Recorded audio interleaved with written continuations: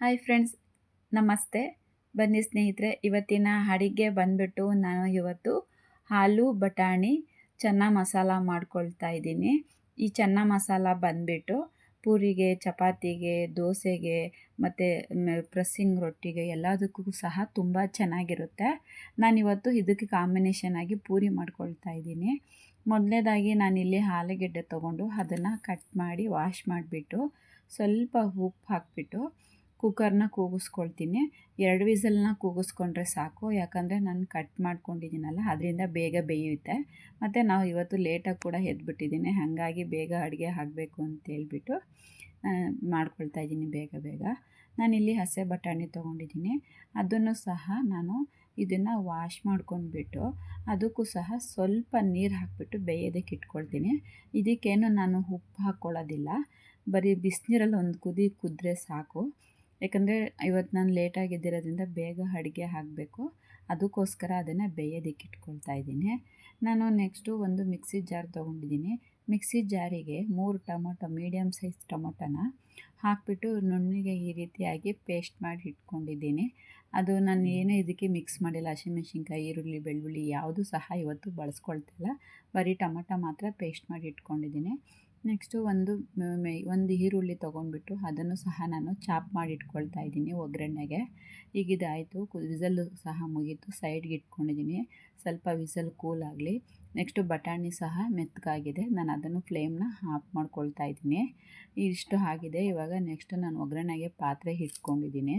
ಮತ್ತು ನನಗೆ ಬೇಕಾಗಿರೋ ಅಂತಹ ಮಸಾಲೆ ಪೌಡರ್ಗಳನ್ನೆಲ್ಲ ನಾನು ತೆಗೆದು ಇಟ್ಕೊಳ್ತಾ ಇದ್ದೀನಿ, ಬೇಗ ಅಡುಗೆ ಆಗಬೇಕು ಅಂತೇಳಿ. ನಾನಿಲ್ಲಿ 2 ಸ್ಪೂನಷ್ಟು ಎಣ್ಣೆ ಹಾಕ್ಕೊಳ್ತಾ ಇದ್ದೀನಿ. ಎಣ್ಣೆ ಆದಮೇಲೆ ಸೋಂಪು ಮತ್ತು ಕರಿಬೇವಿನ ಸೊಪ್ಪು ಒಗ್ಗರಣೆಗೆ ಹಾಕ್ಕೊಳ್ತಾ ಇದ್ದೀನಿ. ಅದು ಆದಮೇಲೆ ನಾನೇನು ಈರುಳ್ಳಿ ಕಟ್ ಮಾಡಿ ಇಟ್ಕೊಂಡಿದ್ದೀನೋ ಅದನ್ನು ಸಹ ಹಾಕ್ಕೊಂಡ್ಬಿಟ್ಟು ಸ್ವಲ್ಪ ಚೆನ್ನಾಗಿ ಹುರ್ಕೊಳ್ತೀನಿ. ಯಾಕಂದರೆ ನಾವು ಸ್ಲಿಮ್ಮಲ್ಲಿ ಮಾಡಿಕೊಂಡ್ರೆ ಅಡುಗೆ ತುಂಬ ಟೇಸ್ಟಾಗಿರುತ್ತೆ. ಇದು ರೋಸ್ಟ್ ಆದಮೇಲೆ ನಾನು ಬಟಾಣಿನ ಮಡಿಗಟ್ಟಿ ಇಟ್ಕೊಂಡಿದ್ದೀನಿ. ಬಟಾಣಿನೂ ಸಹ ಒಗ್ಗರಣೆಗೆ ಹಾಕ್ಕೊಂಡು ರೋಸ್ಟ್ ಮಾಡ್ಕೊಳ್ತೀನಿ. ಬಟಾಣಿನ ನಾವು ಯಾವಾಗ್ಲೂ ಒಗ್ಗರಣೆಗೆ ಹಾಕ್ಕೊಂಡ್ರೆ ಫಸ್ಟು ಏನು ಹಾಕ್ಕೊಳ್ಳೋಕ್ಕಿಂತ ಮುಂಚೆ ಈರುಳ್ಳಿ ಹಾಕ್ಕೊಂಡಿದ್ದ ತಕ್ಷಣ ಬಟಾಣಿ ಒಗ್ಗರಣೆಲಿ ಮಾಡ್ಕೊಂಡ್ರೆ ತುಂಬ ಟೇಸ್ಟಾಗಿರುತ್ತೆ. ಯಾವಾಗದೇ ಅಡುಗೆ ಮಾಡಿದ್ರೂ ಸಹ ಈ ರೀತಿ ಮಾಡಿದ್ರೆ ತುಂಬ ಚೆನ್ನಾಗಿರುತ್ತೆ ಬಟಾಣಿ ಫ್ಲೇವರು. ನಂಗೆ ಅದರಲ್ಲಂತೂ ಬಟಾಣಿ ಫ್ಲೇವರ್ ತುಂಬ ಇಷ್ಟ, ತುಂಬ ಚೆನ್ನಾಗಿರುತ್ತೆ ಸ್ನೇಹಿತರೆ. ಈಗ ಅದು ರೋಸ್ಟ್ ಆಗಿದೆ. ಸ್ವಲ್ಪ ರೋಸ್ಟ್ ಆದಮೇಲೆ ಅದಕ್ಕೆ ನಾನು ಇಲ್ಲಿ ಬಂದುಬಿಟ್ಟು 2 ಸ್ಪೂನಷ್ಟು ಧನಿಯಾ ಪುಡಿ ಹಾಕ್ಕೊಳ್ತೀನಿ. ಮತ್ತು ನಾನಿಲ್ಲಿ ಇದು ಜೀರಿಗೆ ಪುಡಿ ಬಂದುಬಿಟ್ಟು 1 ಸ್ಪೂನಷ್ಟು ಹಾಕ್ಕೊಳ್ತೀನಿ. ಜೀರಿಗೆ ಪುಡಿ ಆದಮೇಲೆ ಅರ್ಧ ಸ್ಪೂನಷ್ಟು ಅರಿಶಿನ ಪುಡಿ ಹಾಕ್ಕೊಳ್ತೀನಿ. ಅದನ್ನು ಸಹ ನಾನು ಆ ಎಣ್ಣೆ ಹಾಕ್ಕೊಂಡಿದ್ದೀನಲ್ಲ ಆ ಎಣ್ಣೆಯಲ್ಲೇ ಒಗ್ಗರಣೆಯಲ್ಲೇ ಚೆನ್ನಾಗಿ ಒಗ್ಗರಣೆ ಮಾಡ್ಕೊಬೇಕು. ಸ್ವಲ್ಪ ಸ್ಲಿಮ್ ಮಾಡಿಕೊಂಡು ಈ ಥರ ಮಸಾಲೆಗಳ್ನೆಲ್ಲ ನಾವು ಹುರ್ಕೊಂಡ್ರೆ ತುಂಬ ಟೇಸ್ಟ್ ಜಾಸ್ತಿ. ನೆಕ್ಸ್ಟು ನಾನು ಇದೆಲ್ಲ ಹುರ್ಕೊಂಡು ಆದಮೇಲೆ ಏನು ಟೊಮೊಟೊ ರುಬ್ಬಿಟ್ಕೊಂಡಿದ್ದೀನೋ ಅದನ್ನು ಸಹ ಹಾಕ್ಕೊಂಬಿಟ್ಟು ನಾನು ಸ್ವಲ್ಪ ಕಲರ್ ಚೇಂಜ್ ಆಗೋವರೆಗೂ ಹುರ್ಕೊಳ್ತೀನಿ. ಟೊಮೊಟೊದು ಸ್ವಲ್ಪ ಅದು ಹಸಿ ವಾಸನೆ ಹೋಗಬೇಕು, ಅಲ್ಲಿ ಲೆವೆಲ್ವರೆಗೂ ಹುರ್ಕೊಂಡ್ರೆ ಚೆನ್ನಾಗಿರುತ್ತೆ. ನೆಕ್ಸ್ಟು ಅದು ಹುರ್ಕೊಂಡು ಆಗಿದೆ. ಅದು ಆದಮೇಲೆ ನಾನು ಮೆಣಸಿನ ಪುಡಿ ಹಾಕ್ಕೊಂಡಿದ್ದೀನಿ 1 ಸ್ಪೂನಷ್ಟು, 3/4 ಸ್ಪೂನಷ್ಟು ಖಾರದ ಪುಡಿ ಹಾಕ್ಕೊಳ್ತಾ ಇದ್ದೀನಿ. ಅದನ್ನು ಸಹ ಒಂದು ರೌಂಡ್ ಹುರ್ಕೊಂಡ್ಬಿಟ್ಟು ನೆಕ್ಸ್ಟು ಜಾರು ನಾವು ಟೊಮೊಟೊ ರುಬ್ಕೊಂಡಿದ್ನಲ್ಲ ಅದರಲ್ಲೇ ಸ್ವಲ್ಪ ನೀರು ಹಾಕಿಬಿಟ್ಟು ಅದು ಜೊತೆಗೆ ಉಪ್ಪು ಸಹ ನನಗೆ ಎಷ್ಟು ಬೇಕೋ ಅಷ್ಟು ಉಪ್ಪು ಹಾಕ್ಕೊಂಡು ಮಿಕ್ಸ್ ಮಾಡ್ಕೊಳ್ತಾ ಇದ್ದೀನಿ. ಆಲ್ರೆಡಿ ನಾನು ಆಲೂಗೆಡ್ಡೆ ಬೇಯಿಸ್ಬೇಕಾದ್ರೆ ಸ್ವಲ್ಪ ಉಪ್ಪು ಹಾಕಿದ್ದೀನಿ. ಇವಾಗ ನೋಡಿಕೊಂಡು ರುಚಿಗೆ ಎಷ್ಟು ಬೇಕೋ ಅಷ್ಟು ಉಪ್ಪು ಹಾಕ್ಕೊಳ್ಳೋಣ.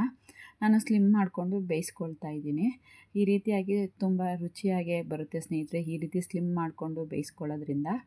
ಇವಾಗ ಟೈಮ್ ಆಗೋಗಿದೆ, ಅದಕ್ಕೆ ಬೇಗ ಅಡುಗೆ ಆಗಬೇಕು ಅಂತ ಹೇಳ್ಬಿಟ್ಟು ಆ ಕಡೆ ನಾನು ಎಣ್ಣೆ ಇಟ್ಕೊಳ್ತಾ ಇದ್ದೀನಿ ಪೂರಿ ಮಾಡೋದಕ್ಕೆ. ಇದಕ್ಕೆ 1.5 ಸ್ಪೂನಷ್ಟು ಗರಂ ಮಸಾಲೆ, ಇದು ಆಲ್ರೆಡಿ ಬೆಂದಿದೆ. ಲಾಸ್ಟ್ ಫೈನಲಲ್ಲಿ ನಾನು ಗರಂ ಮಸಾಲೆ ಹಾಕ್ಕೊಳ್ತಾ ಇದ್ದೀನಿ. ಆಲೂಗೆಡ್ಡೆನೂ ಸಹ ಸಿಪ್ಪೆ ತೆಗ್ದು ಇಟ್ಕೊಂಡಿದ್ದೀನಿ, ಕುದಿಯೋಕೆ ಇಟ್ಕೊಂಡಿದ್ದೀನಿ. ಇದು ಗರಂ ಮಸಾಲೆ ಲಾಸ್ಟ್ ಫೈನಲಲ್ಲಿ ಒಂದು ಕುದಿಬೇಕು, ಅದಕ್ಕೋಸ್ಕರ ಕುದಿಯೋದಕ್ಕೆ ಇಟ್ಕೊಂಡಿದ್ದೀನಿ.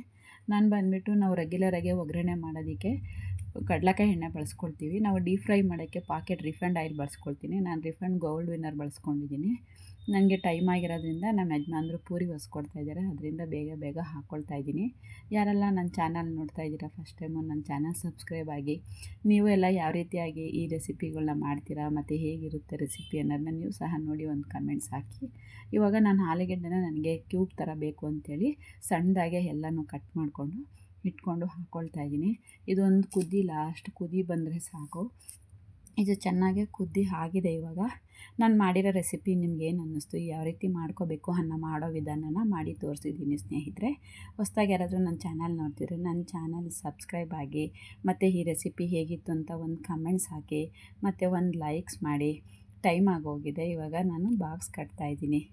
Thank you for the watching. Thank you.